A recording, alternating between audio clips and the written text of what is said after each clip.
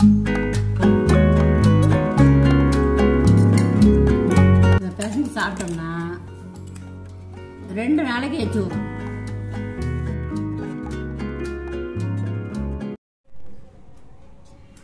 ஒரு கருணக்கிழங்கு இருக்குது, கொண்டைக்கடலை கொஞ்சம் ஊற வச்சுருக்கேன், 2 பூண்டு எடுத்து வச்சுருக்கேன். இப்போ இது 3ஐயும் வச்சு இன்றைக்கி நம்ம ஒரு கார குழம்பு வைக்க போகிறோம். அது முன்னாடி கருணக்கிழங்கு வந்து சின்ன சின்னதாக அரிஞ்சிக்கிறோம். நான் வந்து தோலோடவே அரிஞ்சு வேக போட்டுக்கணும். பாருங்க, இந்த கருணக்கிழங்கு நீங்கள் வாங்கும்போது இது மாதிரி அரிஞ்சால் மஞ்சளாக இருக்கும். அது மாதிரி நீங்கள் வாங்கினீங்கன்னா அந்த கிழங்கு வந்து காராமல் சாப்பிட்றதுக்கு நல்லாயிருக்கும். இதுலேயே ரோஸ் கலராக இருக்கும் அரிஞ்சா. அதை வாங்கினீங்கன்னு சொன்னால் காரம் எவ்வளோதான் நீங்கள் மாற்றினாலும் அது மாறாது, அந்த காரத்தன்மை இருக்கும். இதில் காரவே காராது, நல்லா இருக்கும் கிழங்கு. இது மாதிரி கிழங்க தோலோட நல்லா கழுவிட்டு வச்சுக்கணும். அதை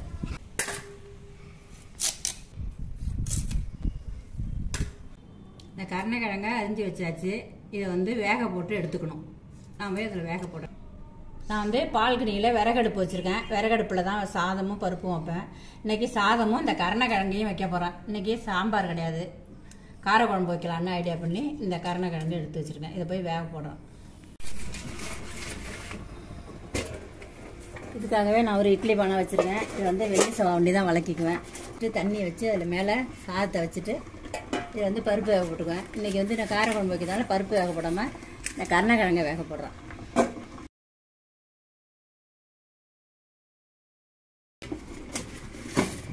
சாதம் வேகிற வரைக்கும் அந்த கிழங்கு வேகும். 100 கிராம் வெள்ளை கொண்டக்கடலை பெருசு ராத்திரியே ஊற வச்சு தண்ணியை வடிகட்டி வச்சுருக்கேன். புளி வச்சுருக்கேன். இதை வந்து ஊற வச்சு திக்காக கரைச்சிக்கணும். ஒரு 50 புளி வச்சுருக்கேன். 1/4 லிட்டருக்கு நான் புளி கரைச்சி வச்சுருக்கேன். இப்போ அடுப்பை பற்ற வச்சுக்கிறேன். சாதத்தை வந்து அங்கே விறகடுப்பில் வச்சுருக்கேன். குழம்பு வந்து நான் இங்கே கேஸில் வைக்கிறேன். இது மாதிரி கடாயில் வச்சோம்னா நல்லா கொதிக்கும் அப்படிங்கிறதுனால இது நான் வச்சுருக்கேன். இது வந்து இப்போ 2 ஸ்பூன் எண்ணெய் விட்டுக்கிறோம்.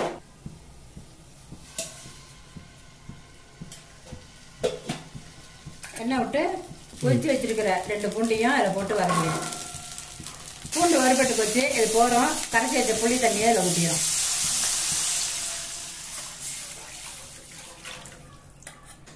தேவையான அளவு உப்பு போட்டுக்கிறோம். இந்த குழம்புக்கு இந்த அளவு வேணும். மஞ்சள் தூள் 1 ஸ்பூன் அவசியம் போட்டுக்கணும். நீங்கள் வந்து சாம்பார் பொடியிலே மஞ்சள் பொடி போட்டு அரைச்சாலும் 1 ஸ்பூன் மஞ்சள் தூள் போட்டுக்கணும். இது வந்து குழம்பு மிளகாய் தூள்.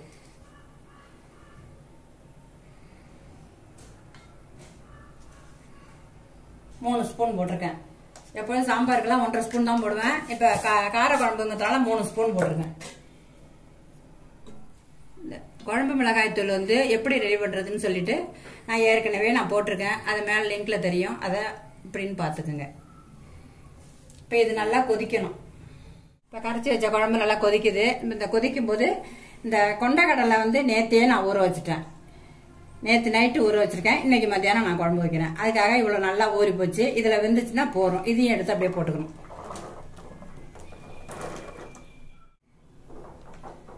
இந்த குழம்பு சுண்டங்காட்டியும் கடலை நல்லா வெந்துடும். வந்து நல்லா சுண்டை கொதிக்கட்டும்.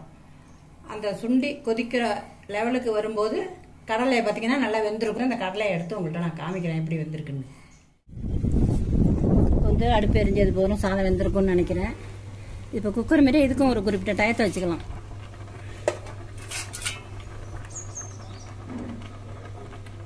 நல்லா வெந்திருக்கு. இப்போ வெந்த கிழங்கை எடுத்துக்கிறோம்.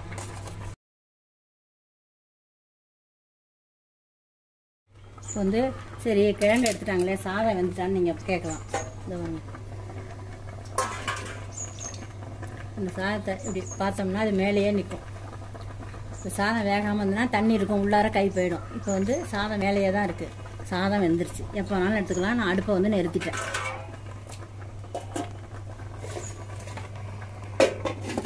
இங்கே உரிச்சுக்கும். இதுதான் பாகலில் தான் இருக்குது. இது அப்படியே உரிச்சுக்கும். இதெல்லாம் எப்படி சூப்பராக உரிக்க வரும். குழம்பு நல்லா கொதிச்சிருக்கு. கொண்டைக்கடலை வெந்திருக்கான்னு பார்ப்போம். எப்படி வெந்திருக்குன்னு நல்லா ஊற வச்சதுனால அது மாதிரி வந்திருக்கு. இந்த பூண்டும் வெந்திருக்கு. இந்த பூண்டு வெந்ததுக்கு இப்போ கொண்டக்கடலையும் வந்துருச்சு, பூண்டு வந்துருச்சு, குழம்பும் சுண்டிருச்சு. இப்போ வந்து நம்ம வேக போட்ட கருணக்கிழங்கு எடுத்து வந்திருக்கோம். இது வந்து உரிச்சு வச்சிருக்கேன். இதை உரிச்சதை இப்படியே போடாமல் இதை அப்படியே சின்ன பீஸாக கட் பண்ணிக்கிறோம். இப்போ சின்ன பீஸாக கட் பண்ணிட்டு இதையும் இந்த இதில் போட்டுரும்.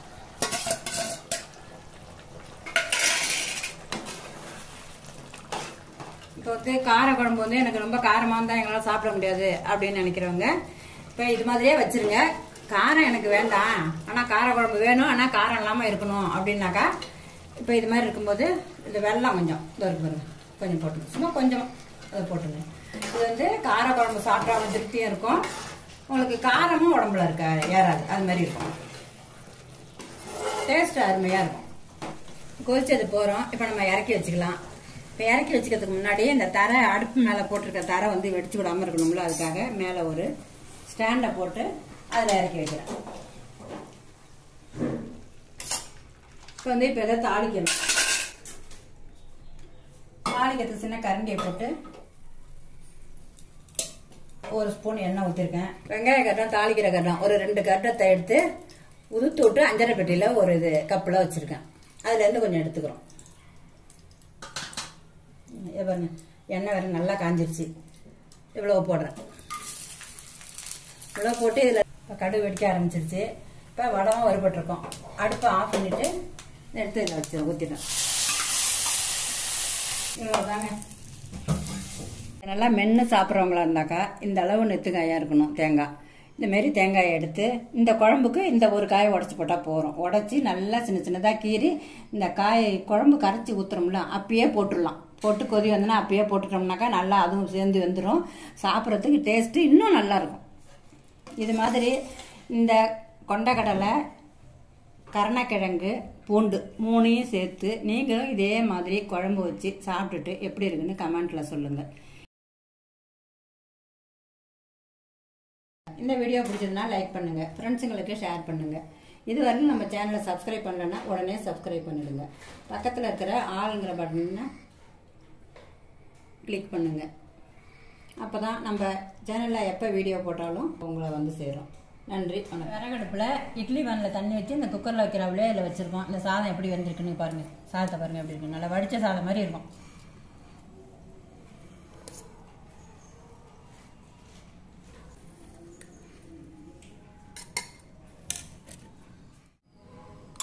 இதை பிசைஞ்சு சாப்பிட்டோம்னா 2 நாளைக்கு எச்சு வரும். நீங்களும் ட்ரை பண்ணி பாருங்கள்.